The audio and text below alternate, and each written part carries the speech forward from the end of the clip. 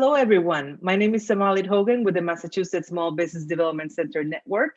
I'm the regional director here in the Springfield office. We cover Hampden, Hampshire, and Franklin County, and we provide free and confidential business advisory services. Today's webinar, we're so excited because we have an amazing lineup of speakers for you today. I'm sure we're all going to learn something new today. Doesn't matter how often you've heard this type of presentation before, if it's your first time, there will be lots to take away. We're going to talk about business continuity and ownership transition options. I'm going to be introducing the speakers very shortly, and then they're going to take turns sharing with us their expertise about the topic today and some real life examples. Some of our speakers today have gone to business transition themselves, and some of them help others as well. So we're very excited to have you here today. I do want to thank all of the stakeholders that have made these webinars possible, including the Western Mass Beans Business Collaborative, which includes SCORE, the Center for Women Enterprise, Valley Community Development, Franklin County CDC, as well as the Massachusetts Small Business Development Center, with offices located in UMass Amherst, Salem State, and Clark University. And last but not least, Common Capital is also one of of the members of that group. We want to thank the Small Business Administration for their financial support and the state of Massachusetts. And so with that, I want to go to the next slide before we get started. Just a few little housekeeping things. Please rename yourself. Make sure that your first and last name are on the screen there on the participants list. Here's some steps on how to do that. You click on the participant button, then you find your name. You either right click or click on rename on the little drop down menu, rename yourself, and then put in your full name. Many of you I see have that already done, so we're not going to worry too much about that today. Also, to respect our speakers today, please keep your microphones muted during the presentations. During the speaking, we will have time for Q&A, so you just have to make sure there's a little red line right there. And the same way, once it's time for you, when I call out your name for Q&A, be sure to click that button before you speak so we can hear you. We also want to encourage you to fill out our feedback form, which will be emailed out to you later today, directly to your email for those of you who registered online for this webinar. And our website is msbdc.org, where you can find the office closest to you. And again, we provide that free and confidential business advisory services with our certified business advisors. And we can help in many aspects of your business.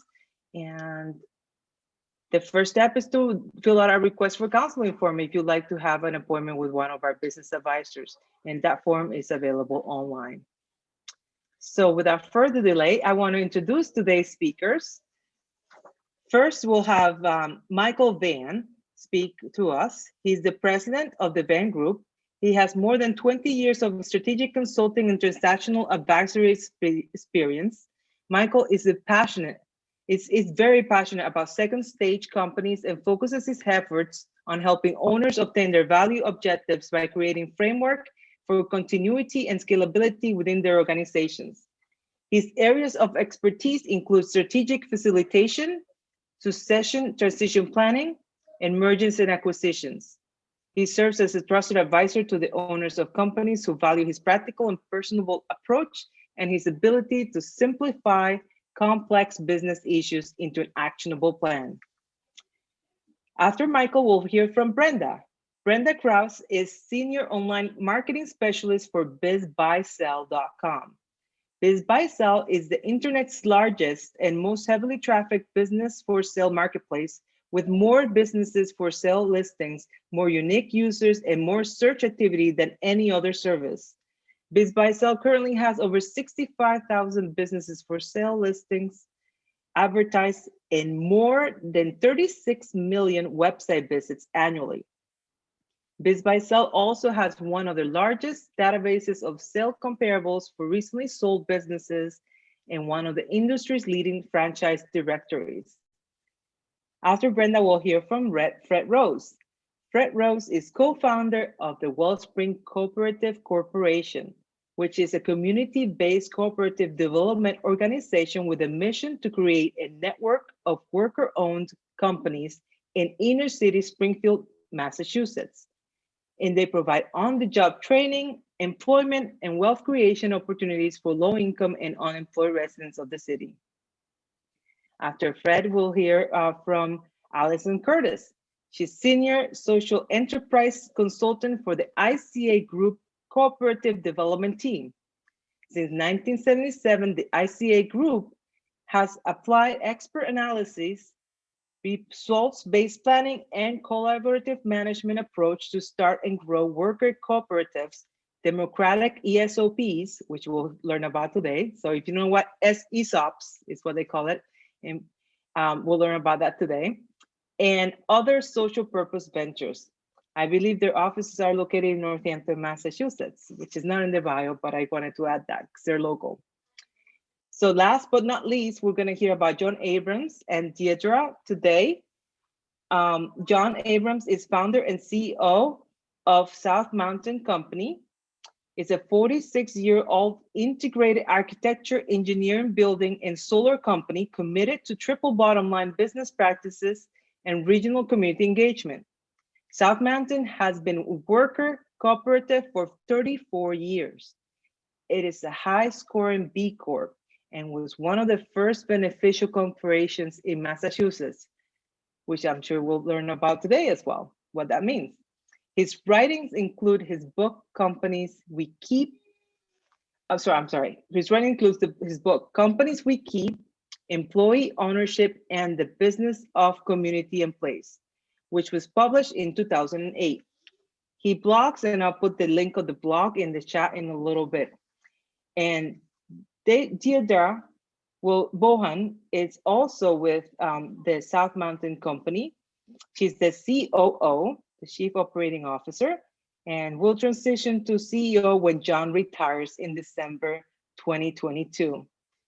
Abby Zell is also joining us, and she's the Communications Coordinator for South Mountain Company.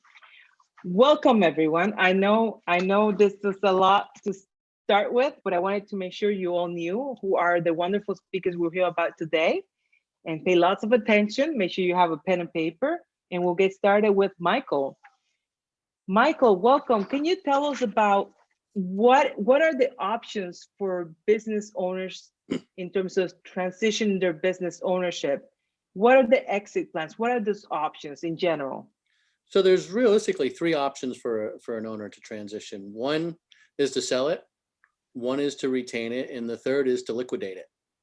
And within each one of those different options, there's a variety of paths that you can choose.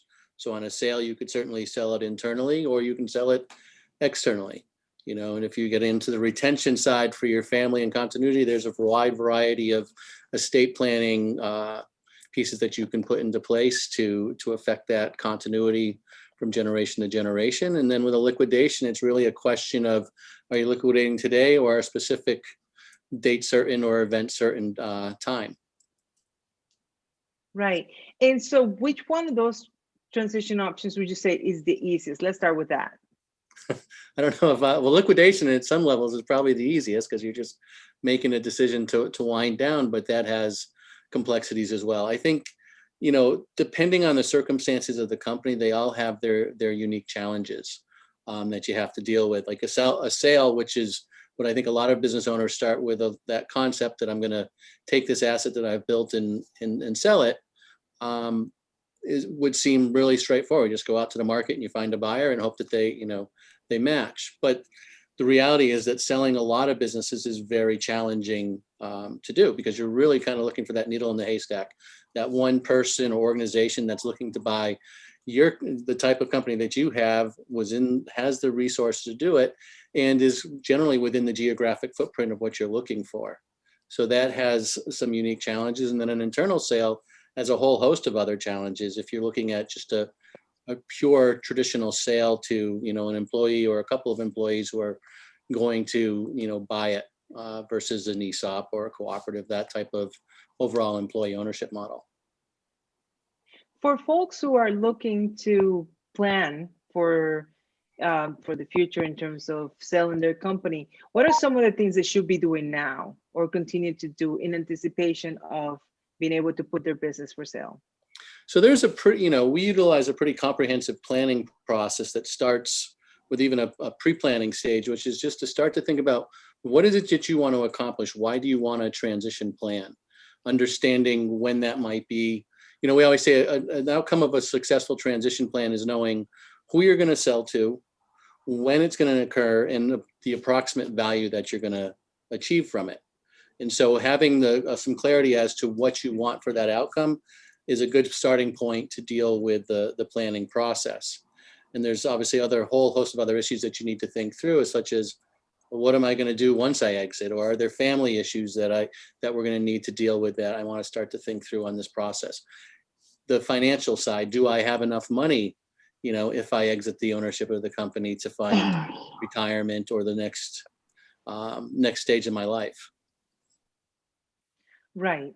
And so how about if for folks who are looking to sell to a potential key employee, what are some of the things that they need to plan ahead in advance? There's a lot of complexities to an internal transition. One of the challenges is, do they actually have enough capital to affect a deal? And a lot of times that's the number one stumbling block that we face. So as a seller who's contemplating a sale to one or two employees, you need to think about what's the level of risk that you're prepared to take with that transaction. How much of the financing do you want to take on? What steps are you prepared to do early on to help them build value in equity so that they can, in fact, affect the transaction in a period of time? And then critical to that is, are they actually in a position to operate the company? Are they prepared as a successor? There's a statistic that came out years ago that like 50% of business owners felt that their successor wasn't prepared to take on ownership of the company. So are you developing them as leaders and giving them a rounded, skill set to be able to run the company after you exit? Excellent, thank you. Michael, during the introductions, I mentioned ESOPs. Can you tell us what those are and when would someone use them? Yeah, ESOPs are definitely not my strongest area of point, but they're basically a method where employees are acquiring the stock of the company through a trust. And so there are, Fred probably knows a lot more about them than I do as to the methods to how they're done. We've historically seen them utilized with some larger companies because of the cost and complexity structure to it. But they're definitely a growing path for companies that are interested in transitioning ownership to their employees.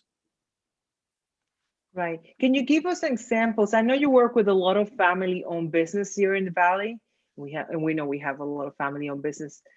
Can you give us an example, a story of a business transition that went very well and one that was a bit more challenging?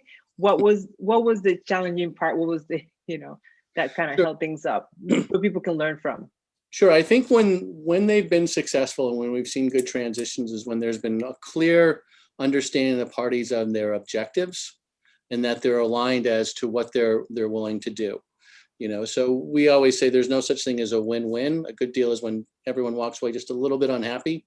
And that's usually a good sign of a transaction internally, because, if it's an employee or family members, they might overpay a little bit on a transaction. But, mom and dad are taking a little bit more risk. So we see that time. Where they have a lot more challenges is when there's not necessarily that alignment as to what it's going to take to do the transaction, but also where maybe the relationship isn't as, as cordial as one would think. Particularly in family-owned businesses, you're dealing with a lot of, baggage that comes from outside of the business that you have to deal with that you may not expect. Particularly family businesses, there might be siblings who aren't in the business who are looking for their share, or their siblings in the business who, maybe aren't contributing at the same level and think they should have the same level of ownership. So you're dealing with a lot more of those complexities. And if, mom and dad are unprepared to address those factors head on, it's going to make that much harder to transition that company internally. So how do you help businesses transition here? So one of the things that we do a lot is we help, you know, owners work through those particular issues that they're having. So help identify those objectives that they have and those expectations, working with, you know, the key team members, whether they're, you know, the family members or key employees who are going to be involved in this transition, and get everybody online, help understand what a seller's expectations are, lay out for them what the options are available to them and how those might work, and then develop that plan that they can execute, you know, from the legal documents all the way down. Right. And I know you yourself are, well, I actually don't know this. In terms of calculating the value of a company for the transaction, how do you guys approach that? We look at it from the kind of the most basic way is, if you're looking at an internal transaction, is what can we afford for cash flow and debt service on this deal based on the available cash flow? What can it afford to pay for? Because ultimately, most of the companies that we're talking about are going to go get some level of bank financing. So it needs to make sense from that standpoint. There's also, I guess, you know, you look at the working capital ratios on that type of stuff, the market multiples and things that may factor or influence that valuation. But, you know, the M&A market has a lot of consistency into the value range, and Brenda can probably tell you this. BizBySell runs, you know, publishes their studies all the time that show, you know, where those average multiples are for most businesses, and they're a good indicator because they're actual transactions of what things are trading for. So those are valuable to use when valuing a company. Great, thank you very much, Michael. We're going to go up next to Brenda. Brenda has a few slides she wants to share with you. Go ahead, Brenda. Go ahead and unmute yourself and take it away. Hi, everyone. I want to tell you how BizBySell can help you with your business transition this morning. BizBySell connects buyers, sellers, and brokers in the largest, most active business for sale marketplace. BizBySell has about 36 million websites visits annually. We have about 65,000 listings advertised annually on our website. 120,000 sold and for sale business comps that you can access. And hundreds of thousands of businesses have been successfully sold on BizBySell. Where the BizBySell network includes BizBySell, BizQuest, and LoopNet, and our partnership network, which our business for sale listings appear on Wall Street Journal, USA Today Network, All Business, Small Business Trends, and several other partnership sites. And our parent company is the CoStar Group. We also have one of the largest online broker directories. You can access our broker directory. It's a great place to find a business broker who can help you. You can browse by state, county, or city. You can look at their credentials and look at whether they belong to the IBBA Association, their real estate license. You can look at their experience, what type of business they specialize in, and if they have sold listings appearing, or if they have any active listings appearing. It's also a great place where you can list your own business for sale. Like I was mentioning earlier, we have one of the largest business for sale networks where you can reach one of the largest audiences. When you list your business for sale, you have the flexibility to add multiple photos. You can add a video, you can add attachments, you can include a map. You can also list it confidentially if you like, because many prefer to do that. You don't have to mention the name, you don't have to mention the location, you can keep that private. You can use a stock photo instead of a picture of your business. You can also go in whenever you like and track the performance of your ad and make any adjustments you might find necessary, or you can improve the performance by upgrading it to get more exposure as well. We also have lots of educational tools. We have a valuation tool. I think Michael mentioned earlier that it's a place where we track business for sale transactions. BizBySell works with participating brokers, and we collect data on the closed transactions, and we have what are called sales comparables or comps. And if you purchase a valuation report, you can go in there and you can look at what's going on in the market. You can see how much businesses that have recently sold have been selling for in certain parts of the country and in certain industries. You can also access our BizWorth tool, which is a very, handy little fast and friendly calculator type of a thing where you can just enter in your industry and your financials and your part of the country and get a ballpark figure. You can also access our Learning Center, and our Learning Center is really nice because it has lots of tips and advice on exit planning, how to plan your exit, how to improve the value of your business. We also have a COVID-19 Learning Center where you can access resources for small businesses. It's also a great place because we have links to where you can download our free guides on how to sell a business. It's about 100 pages. And it kind of is a very general overview of the business for sale process. It just kind of gives you a step-by-step, snapshot of how the whole process works.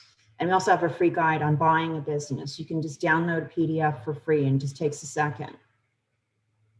And if you want to reach us, you can just contact us at our email at ask@bizbysell.com or contact us by calling us at 888-777-9893. Thank you. Great. Thank you so much, Brenda. We did have a quick question, even though it's not Q&A time yet, but would love to. Can you tell us what the acronym IBB, I'm sorry, I just missed it. IBBA, what does it stand for?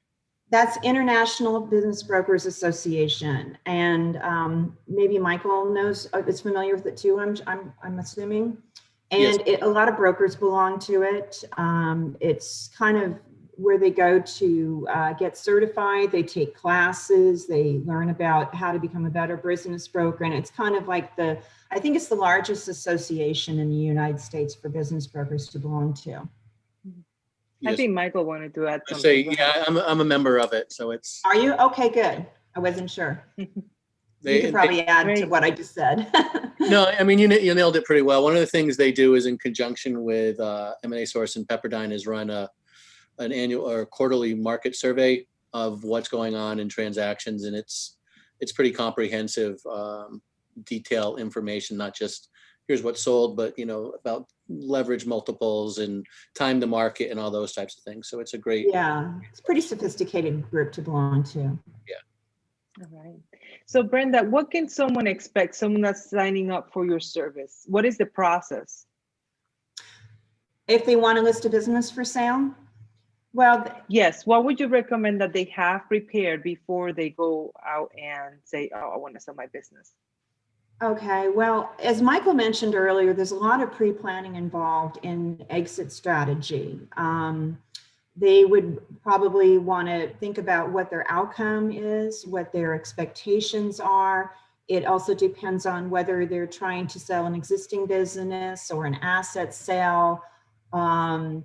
I think one of the things that I would want to do, I would want to get my financials in order, make sure you might want to work with your accountant or your attorney, make sure you have, because when you have to think about how do you want to attract buyers and what's a buyer going to ask you? They want to know what your business is worth to them. And they're going to want to look at your performance, your revenue, your cash flow, that sort of thing. You're also going to need that type of information for yourself when you're preparing to see how much your business is probably worth. It's going to be, a lot of businesses are based on their financial performance.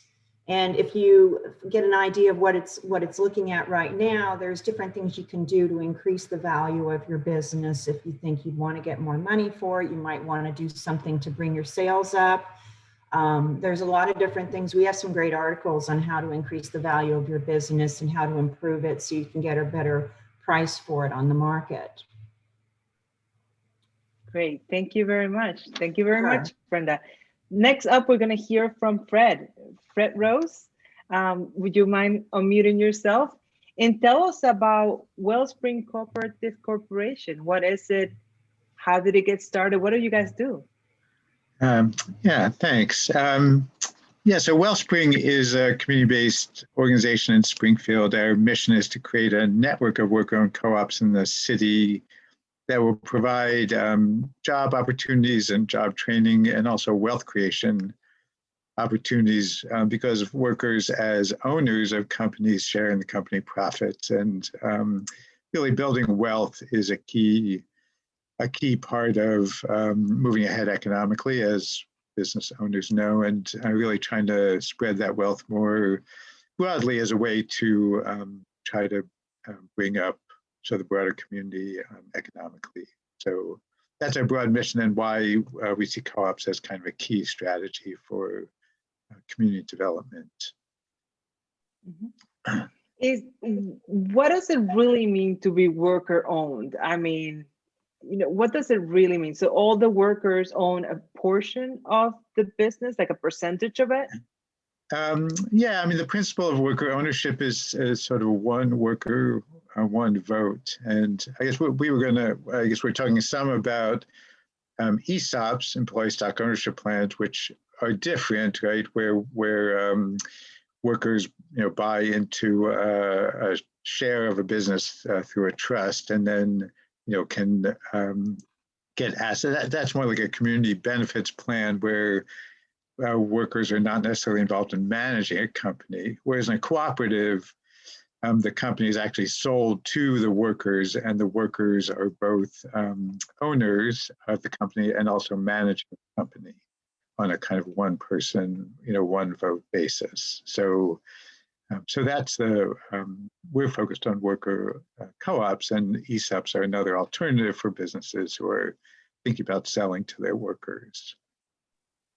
I was just going to ask that. If all the workers own the company in the worker-owned model, how do decisions get made? Yeah, there's a whole range of structures, and South Mountain, will speak about how they've structured theirs. I mean, co-ops can have traditional management structures where where employees are part of the board and decision making, but they also hire a manager to run the company. So it doesn't mean that you're losing structure, and yet some can be very flat where everybody's making decisions together. So there's a lot of flexibility to creating a company that meets the needs of the company and the interests of people working there. Yeah, there's not sort of one formula. Very flexible. Right. And can every business become a worker-owned business? Yeah, I think there are lots of considerations, and just stepping back a little to say, the possibility of selling a company to workers either through an employee stock ownership plan or just out of the workers in a co-op is, makes sense for some businesses that, and possibly not for everyone. And there's some things that make a business a good fit, possibly for selling to their workers.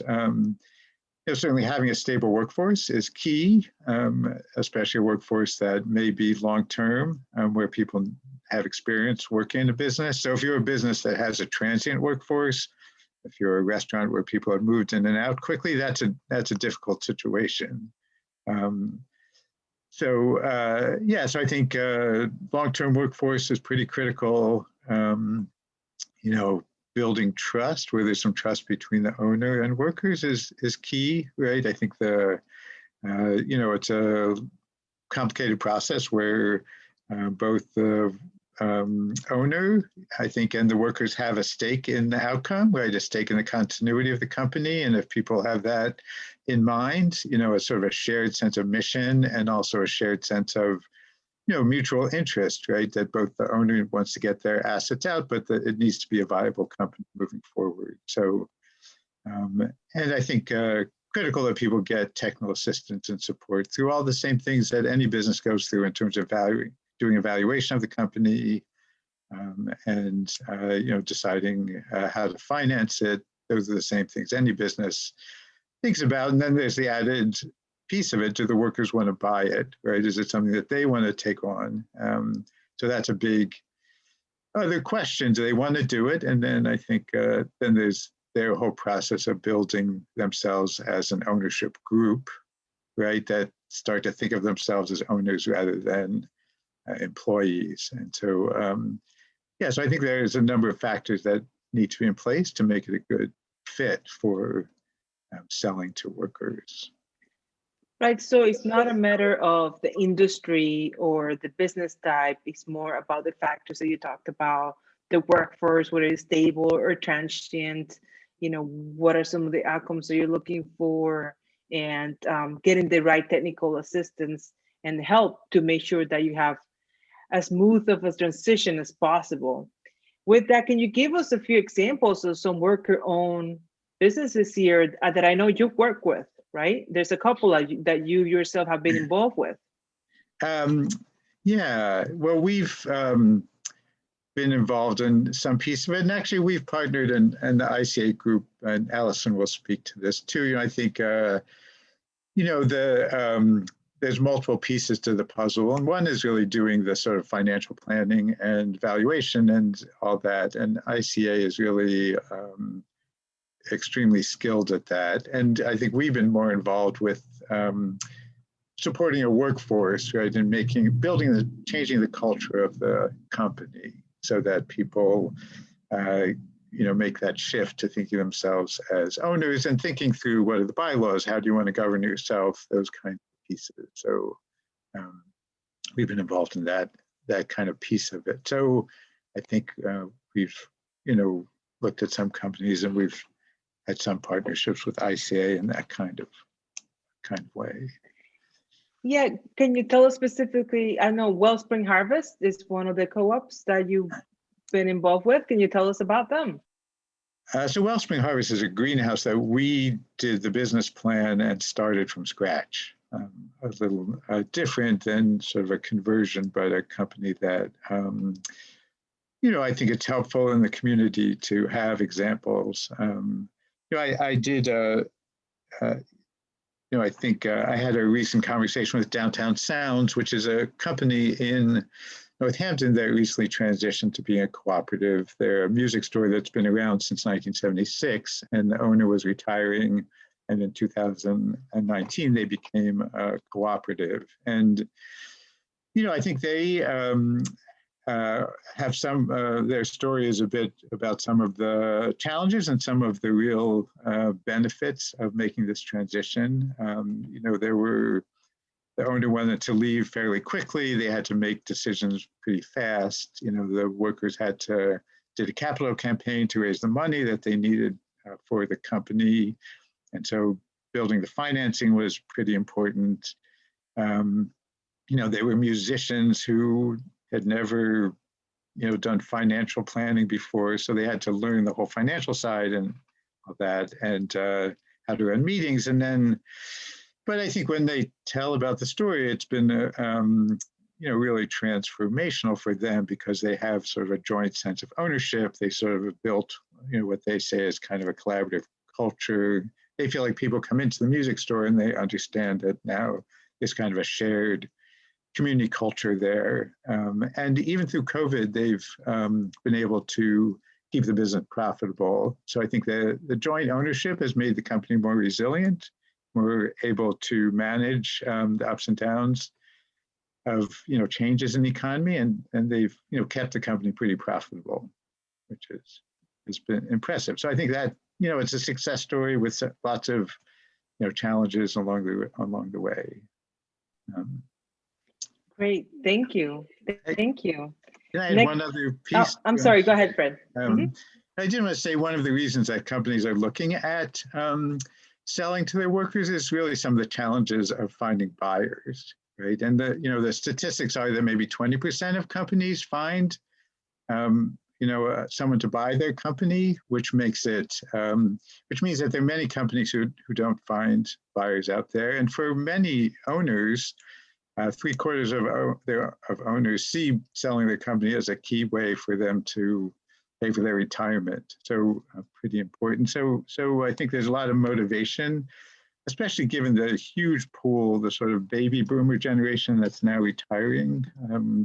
really 2/3 of companies in the economy are owned by this generation that's leaving, going to be selling their business in the next 10, 15 years. And so that big pool means that there's lots of people trying to sell and not so many people looking to buy. And so selling to workers is really one strategy that companies are looking to, and lots of technical support out there. And the state has even put money into, and ICA manages this fund for business retention, given the risk of this sort of generation, this transitional generation, and possibly losing lots of companies. So worker buyouts or selling to workers is kind of one viable alternative for some companies to try to sell, given the challenges of selling in the open market. So great point. Thank you, Fred. Thanks. Very important point to make, because today we heard about different things you can buy. You can sell your business to one buyer. You can sell your business to your workers. You can sell your business to a key employee. It could go to a family member. There's many different options, but there's also considerations for each of them and ways to prepare for each of them, things that you'll need to do.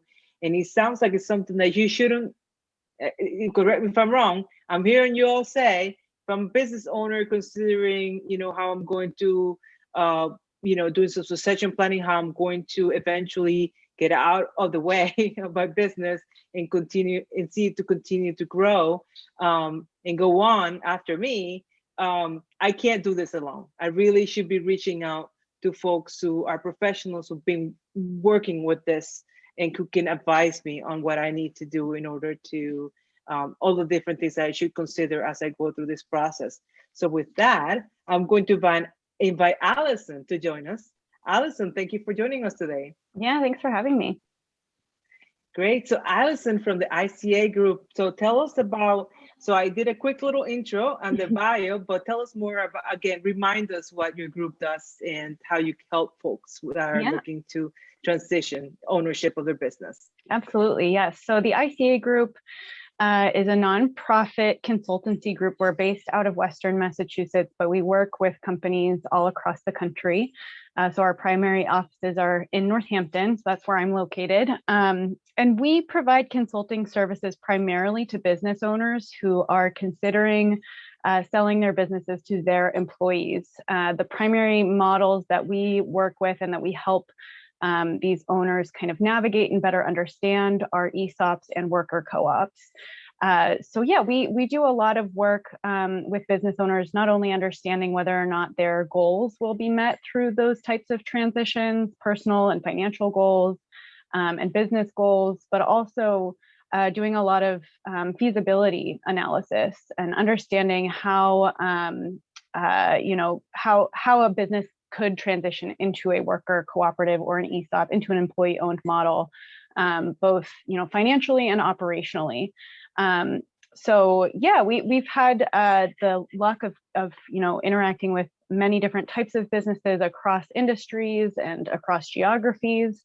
But of note, we have funding right now through the state, as Fred mentioned. We are the administrators of one of the administrators of the Massachusetts Center for Employee Ownership, also known as the Mass CEO.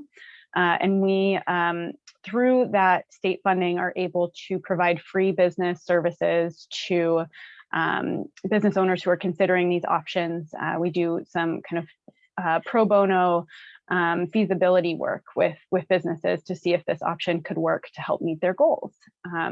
So yeah. And so what does that look like? What would you ask a business owner to bring to that session, that meeting with you?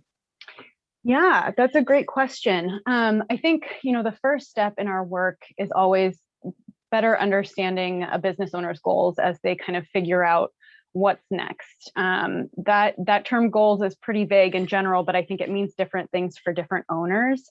We talk with owners about what their preferred timeline is to transition out of their business, how much control they want to have in the business in different phases of ownership, and as they kind of like step out of their current role, what they'd like that to look like.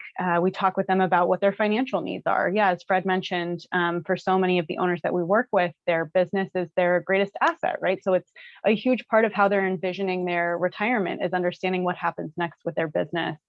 So we talk through kind of all of the things that might be going on in the mind of a business owner as they're trying to figure out what's next. We also end up talking a lot with business owners about what their values are and what they value about their business, right? So we hear from owners a lot who really want to make sure that their employees are well taken care of after they leave, who have concerns about selling to third-party buyers and having the business that they've created and that is their legacy be changed or dismantled in whatever way. And so we talk through kind of those concerns as well with people, and that's kind of the first meeting. The second portion of our work is this feasibility work where we dig into what a potential value of the business could be. We're not professional valuators, but we provide kind of estimations of value based on our expertise around an employee ownership transition. And so we do kind of an initial assessment of the financial feasibility of a transfer of ownership to a group of employees, and kind of what that could look like and what type of debt the business could hold in a type of transaction like that, what kind of financing needs it might have, how it might operate as an employee-owned business, right? Like Fred spoke to the kind of key differences between a worker co-op and an ESOP. So we help do some assessment and feasibility testing around kind of what model makes the most sense for a business owner and for a business. The two models are very different. They have some similarities, but they're very different in kind of what it costs to administer them and what the kind of regulations are around them. So we help owners understand those different options as much as possible as well. Great. So I'm glad you brought up the cost question too. You know, can you share with us a little bit more? Like, is there a range? You know, I guess it's two things. How long does it typically take to go through the whole process? I mean, there's also just the planning phase versus the implementation phase. And what are the costs associated with those phases in general? Yeah. If you can be somewhat specific, that'd be great too as well. Yeah, I'll do my best, but it's hard not knowing the specific business that I'm talking to. And you're totally right that like every business is a little bit different, but I can kind of speak broadly and try to get as specific as possible. You know, I think any exit planner worth their weight in salt will tell you the sooner the better, right? Like get planning as soon as possible. Even if your retirement goals are 5-10 years out, start thinking about it now because you're only going to set yourself up for success. The more you plan now. You know, we work with companies. I think the shortest we've ever completed a transition to employee ownership is maybe 6 months or so, start to finish, very beginning of the conversations to the end. But I think on average, it usually takes around a year for a transition like this to take place. Of course, there are differences in companies and in industries and how big the company is, how many employees, all of that stuff. Yeah, in terms of cost, I think that's where one of the big differences is between a worker co-op model and an ESOP model. I think more people are familiar with an ESOP model. It's just kind of more commonly used form of employee ownership. And so I think like this gets brought up a lot. Oh, but I've heard it costs so much, right? Like, how do I make this happen if it's so expensive? There are definitely costs associated with ESOPs. The idea is that, yeah, thank you. Employee stock ownership plan is the acronym that I'm using. ESOPs, yeah, they do involve some administrative costs as well as some startup costs around the actual transition. But the idea is that the tax savings that companies can potentially receive through that model help to offset those costs. So part of what we do is to determine whether or not the tax benefits associated with a specific company are going to outweigh the costs of administering the ESOP. If you look online and you look up things like, how much money do I have to make in order to justify an ESOP transition or something along those lines, you'll get a lot of different numbers. I think the kind of rule of thumb is that you want to have that the initial startup cost of an ESOP can be anywhere between $50,000 and $250,000, kind of depending on the structure of the company, on the trustee that you use, the different, you have to kind of use a specific type of service provider to help you set up an ESOP. And then after that, it can cost anywhere between $15,000 to $80,000 to administer the ESOP. So you have to hire a trustee, you have to have a firm kind of pay attention to and help you run an ESOP over time. So again, there are some tax benefits to an ESOP that we kind of help companies to navigate to see if that will be worth it. Co-ops, on the other hand, do not require any of those administrative fees. They are not a qualified like insurance plan, or I'm sorry, a retirement plan like ESOPs are. And so they don't have the same IRS oversight and don't require the same type of administration. They're pretty much free to run. They're very similar to a typical business structure. It definitely, can cost money to set them up if you are looking to utilize a service provider. The first couple of steps of our work with Massachusetts businesses is free right now, which is really exciting through this Massachusetts state funding. But yeah, it again kind of depends on the company, but it's a much lower price to complete a transition from a worker co-op or to a worker co-op than it is to an ESOP, and doesn't have any of the ongoing costs. We typically say, between $5,000 and $10,000, maybe $5,000 and $15,000 to complete a co-op transition. And are business owners paying these fees to help them with this transition out of their own pocket, or does it come from the cash flow of the business? How do they typically finance these types of transitions? Yeah, that's a great question. Service provider, I think different service providers have different ways of doing this. Some charge a success fee, some charge, some sort of base fee for their services. Again, we do a portion of our work for free through the state, so that helps bring down the cost a lot. But it's often something that, it kind of depends. It can be kind of a combination of something that comes out of the business's cash flow versus the owner. But at this point in the transition, those two things are usually pretty closely intertwined because business owners the cash flow of the business is pretty closely tied to that of the business owner. Right. And I know you mentioned that you yourselves, like your organization, doesn't do a lot of business value, not like official business valuations. I know there are certified business valuation consultants out there. What would be the ballpark, like an average cost to get a business valuation done? Do you happen to know? Oh, that's a great question. I feel like Michael might be able to answer that question better than maybe. I can. Let's go to Michael real quick. Or Brenda. Yeah, I'm sure there's a Brenda range, but yeah. I think because it was brought up, I figured I will bring it up now. I know we have Q&A coming up later on, but Michael, do you have an answer for us, like about the average for a business valuation? Business valuation can run, anywhere from a basic letter of opinion from $2,500, you can spend upwards to $15,000 or $20,000 though as well. So it really depends on what the purpose of the valuation is and who's doing it. Great, thank you so much. Thank you, Michael. Thank you, Allison. Awesome. We're going to move on now to we want to hear. Well, before I move on, let me see, Allison. Was there anything else you want to share with us? Any examples or stories that you want to share with us that you think would be helpful for the folks on the call today?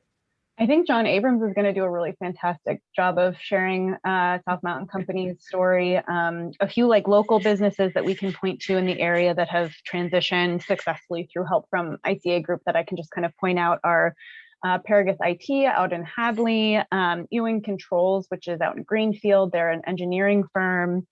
There's we're all over the country, so there's some in New York, some in Rhode Island. There's a lot of examples, and you can find more information on our website, which is just theicagroup.org.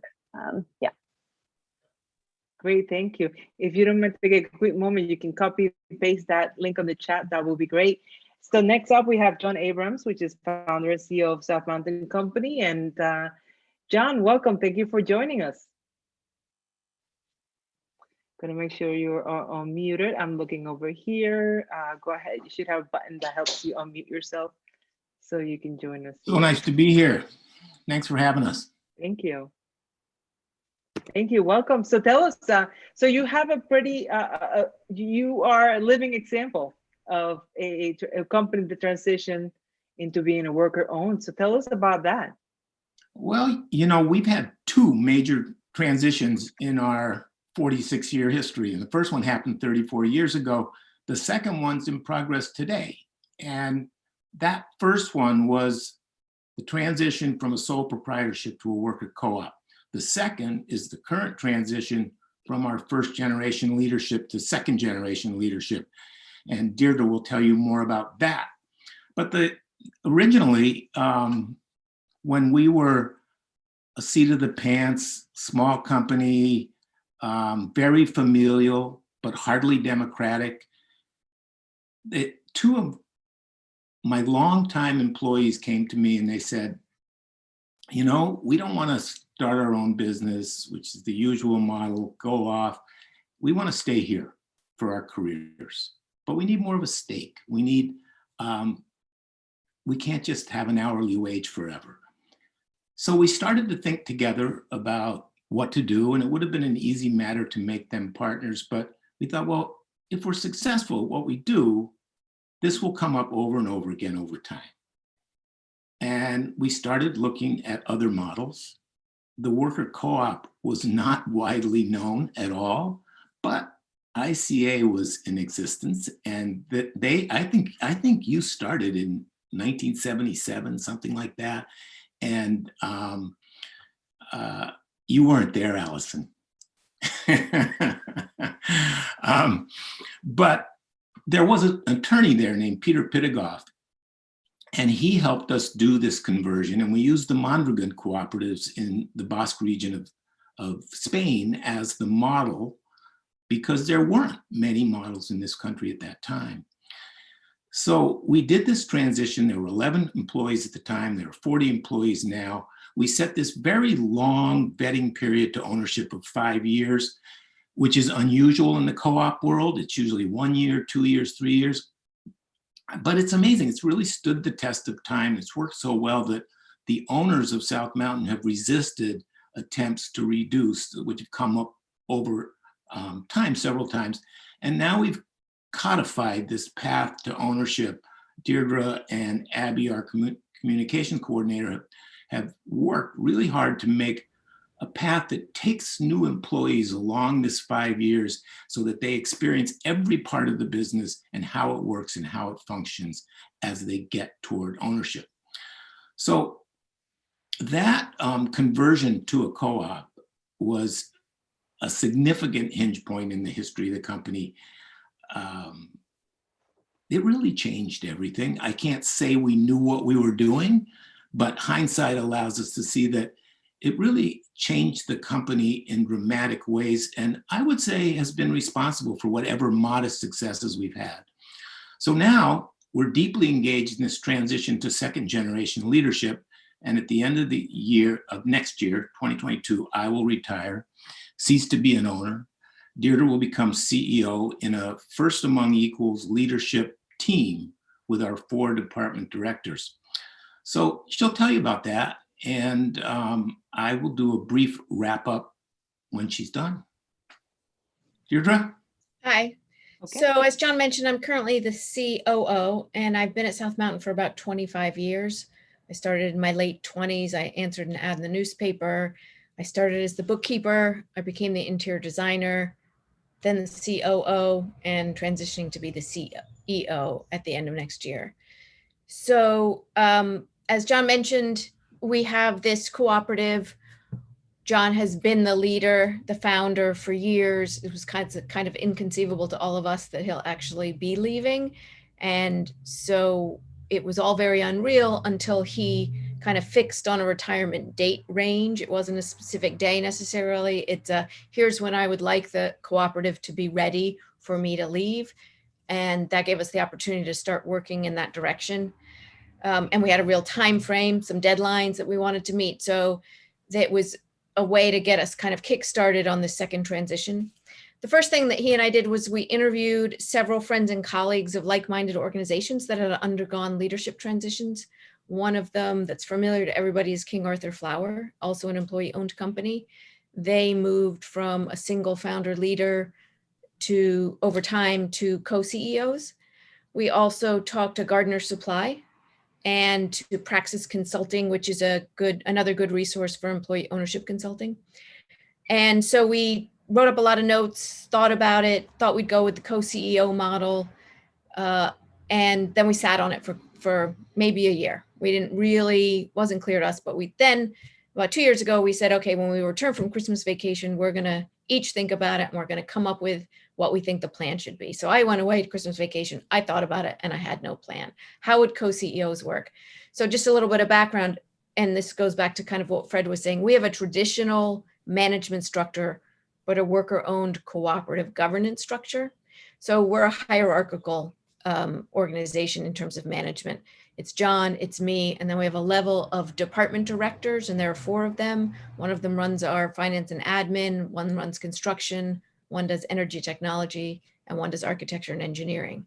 And so we knew that the department directors and I would be part of this team, but we couldn't figure out how we would pick another person or 2, which is King Arthur Flour had more than 2 co-CEOs. And so it became clear to John over that time period that really what we would do is have a CEO and a leadership group, a leadership team, and that is me and the other department directors. So that's what we proposed, and that's what was accepted. And ever since that date, we've just been really working hard to make sure that we're skill building internally, and that the team that we've picked are really good together and working together and can make complex decisions together. I'd have to say, so we were spending about 2 years on this. We're 1 year into this transition. We've got 1 more year to go. We develop a lot of kind of checks and balances for ourselves. We do capacity planning for the company, capacity for the individuals on the leadership team. What does each person need to do to build their skills, to be confident leaders going forward? We have a strategic plan and annual plans, and we have tasks associated with those for the company to meet other goals. And we meet regularly. We meet about once a week. We talk about staffing, but a lot of that talking about staffing is also talking about capacities for ourselves. And I have to say that this COVID time has been a great opportunity for this leadership team, which is me, John, and the 4 department directors, to really grow as a team, because it's been a really complicated year. There's been lots of hard decisions. It's been really absorbing, really consuming.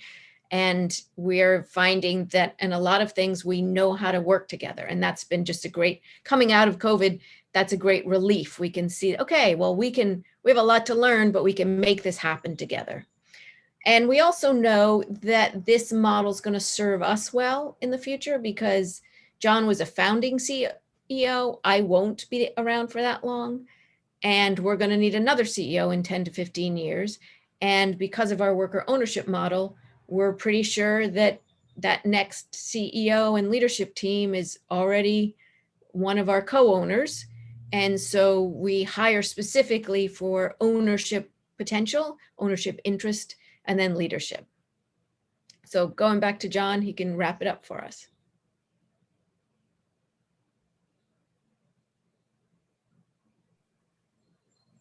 All right, he'll be right Deirdre, back.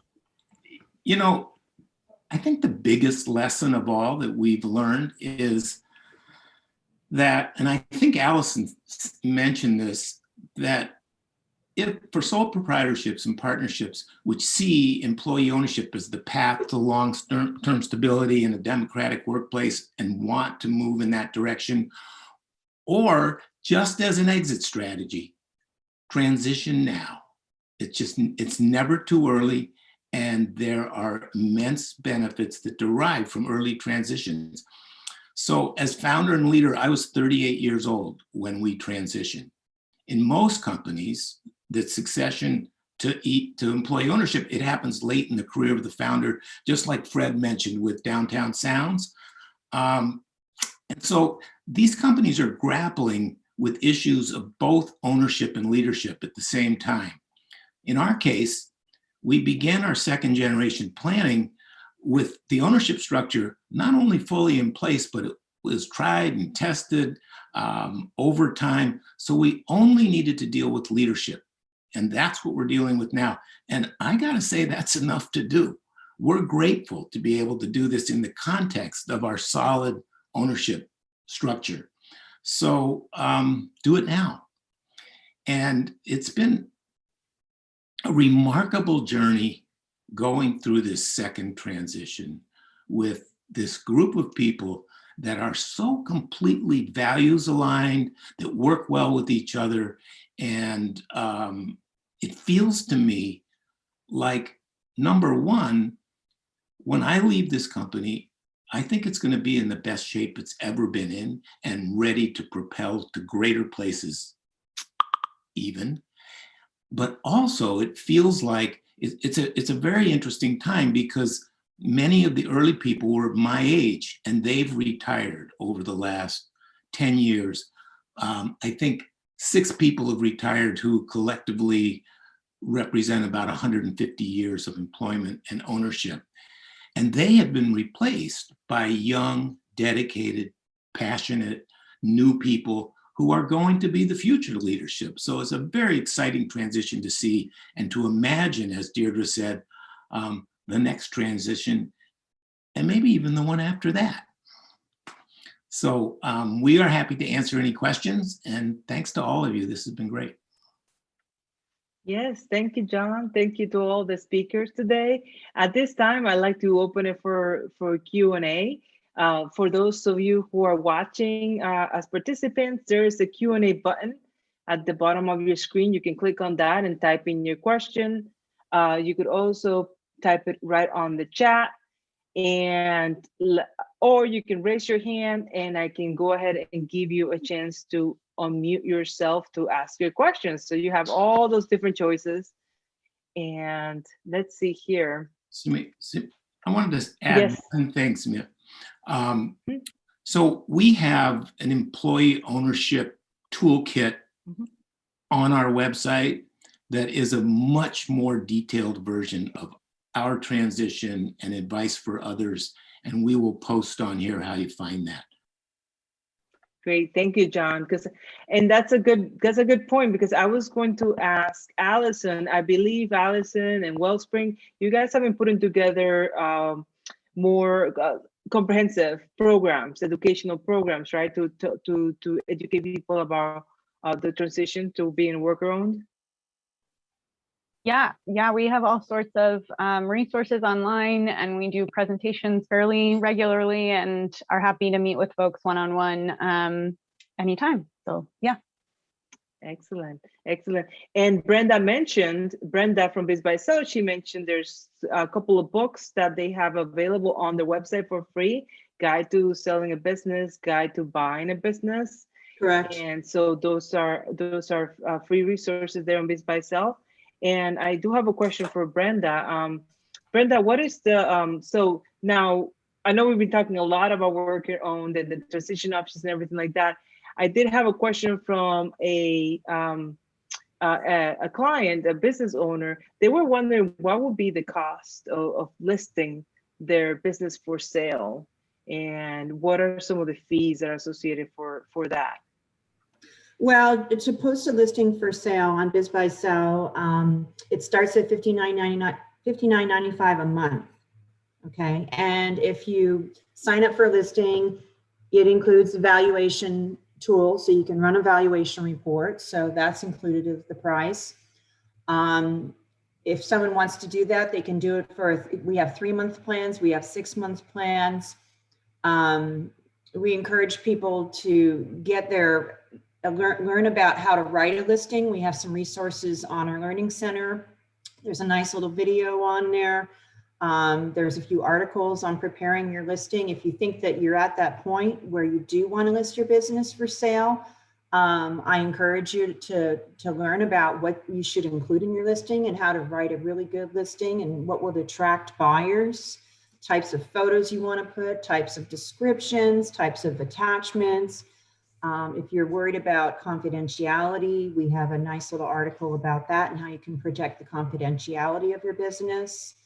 Yeah, there's lots of great resources in the Learning Center to help you along the way if you want to start building your ad right now. We also have a really great customer success team who's right there. You can call our office anytime if you're having any kind of technical difficulties on building out your ad. And you can publish it at any time. You don't have to publish it immediately. You can take your time as you build your ad. If you see something that you want to change in your ad, you can go in there and edit it at any time. So it's, we're right there for you if you need us. Great, thank you. Thank you, Brenda. And just to make sure to clarify, that's mainly for business owners who are looking to just sell their business outright, is not converting to worker owned. That's different. And so I have a question for Michael. So Michael, when you help someone in terms of selling their business, I believe you also have done some educational programming as well, right? For groups, but you also do this one-on-one consultations with people? Yes, we certainly have done some workshops and seminars on how how to buy a business or how to sell a business from that standpoint. But we also represent sellers of businesses and take them to market, and do that on an exclusive confidential basis. Right. And Michael, I have a very specific question for you.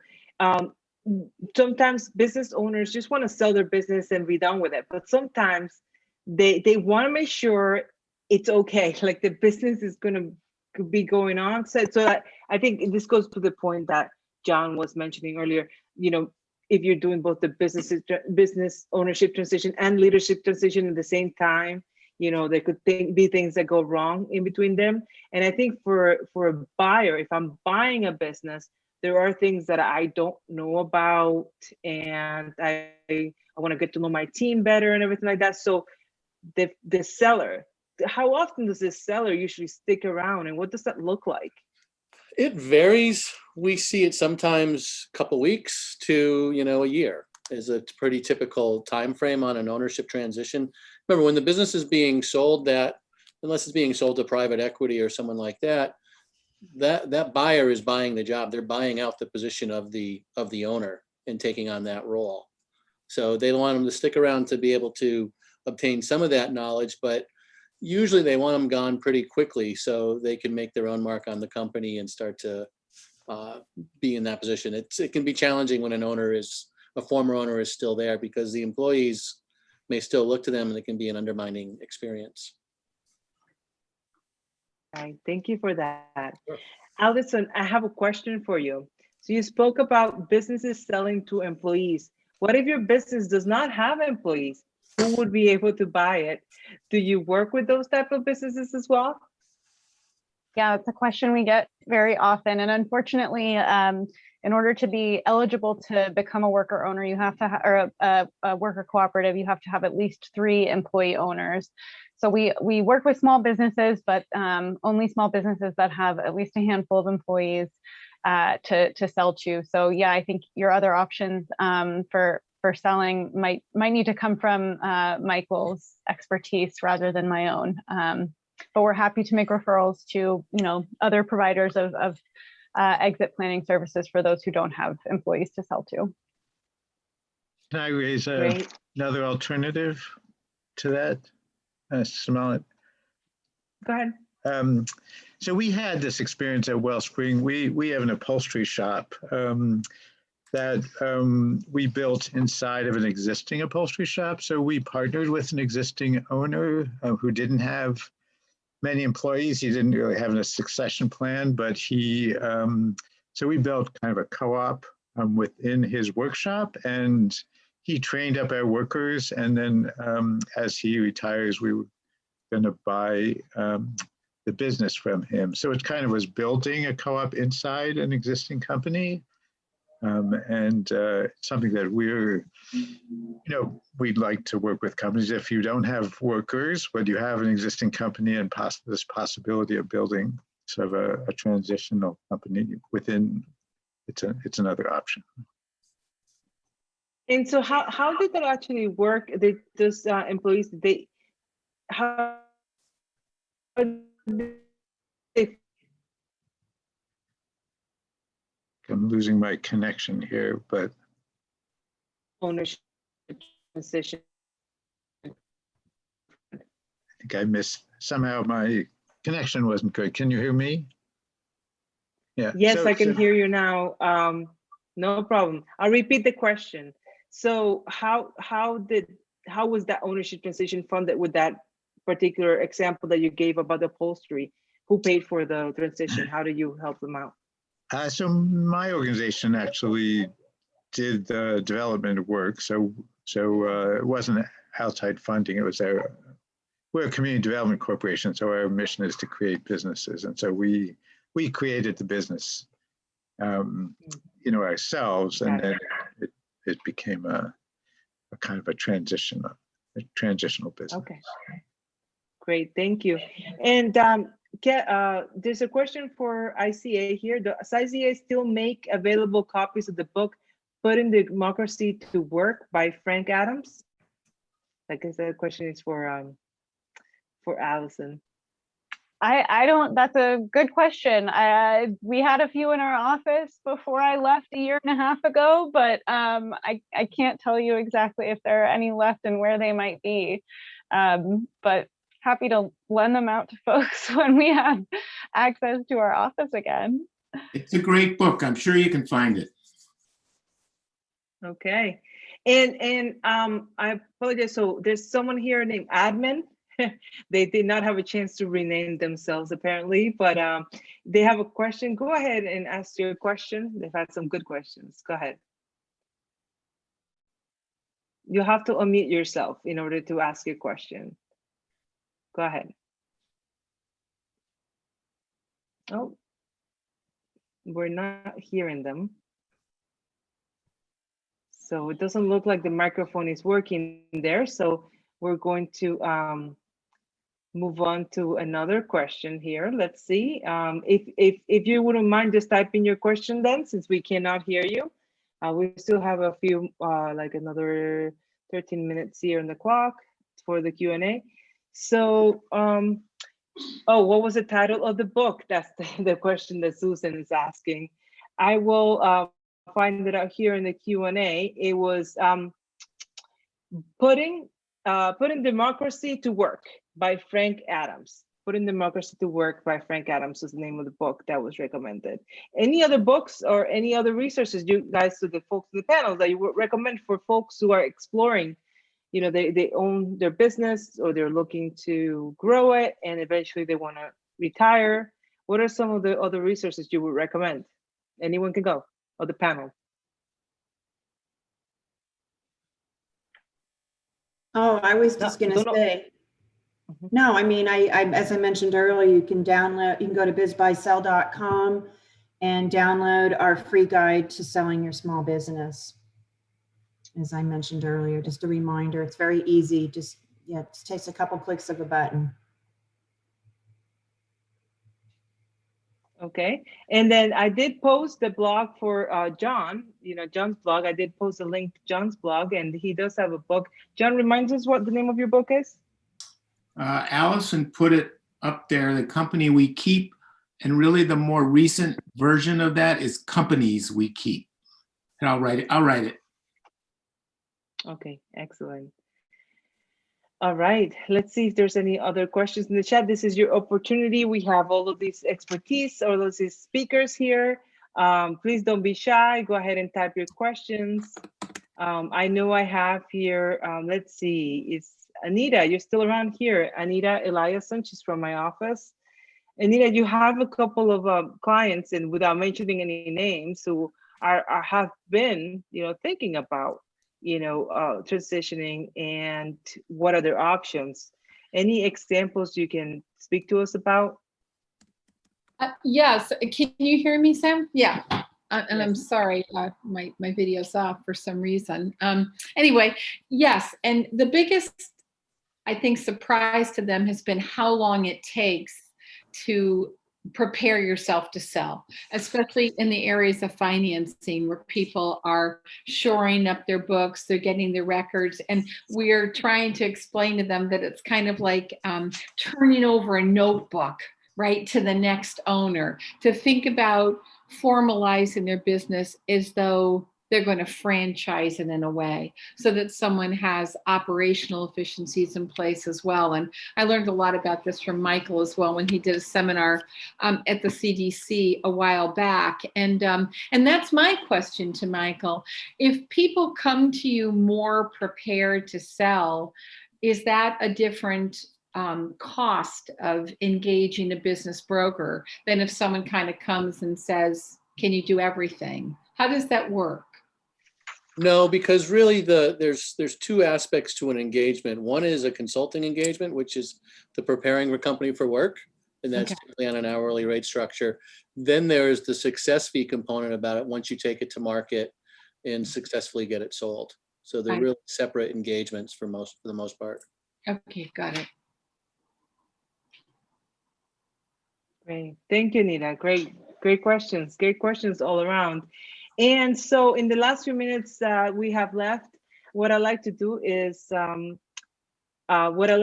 maybe just go around one more time. Any final words that you'd like to share with the folks who are listening us today or will be watching this in the future? Let's start with you, Michael. What is a piece of advice, one piece of advice that you give to folks listening today or in the future?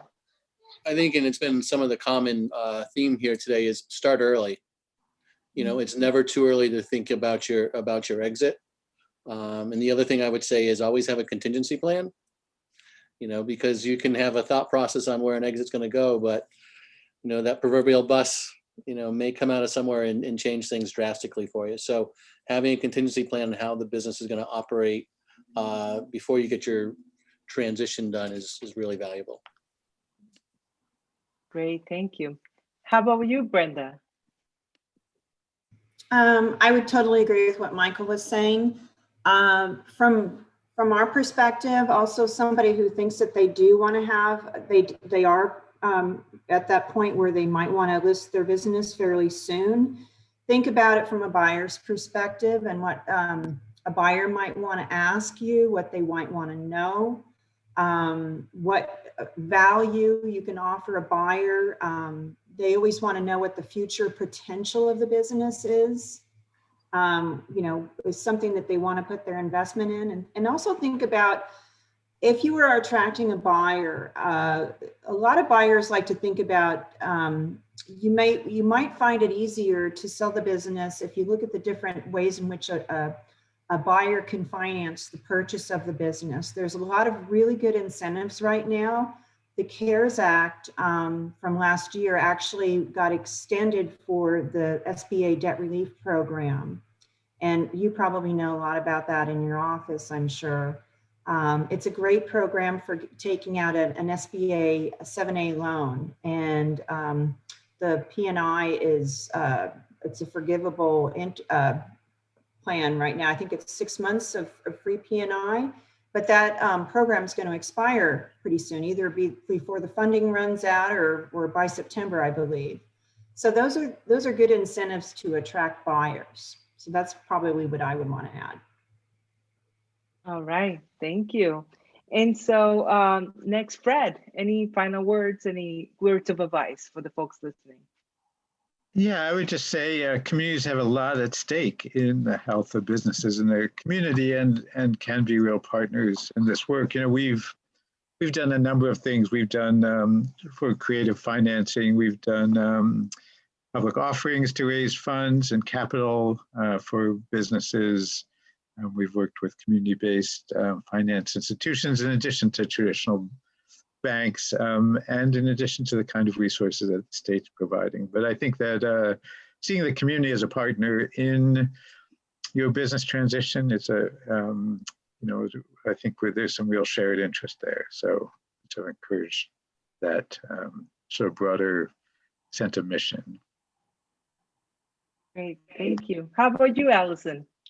Yeah, I'd reiterate everything everyone else has said, and just kind of add a little bit about thinking through your goals and you know, whether those be your financial goals and what you'll need for retirement, whether that has to do with the legacy of your business or the way that you you want you and your family to interact with your business moving forward.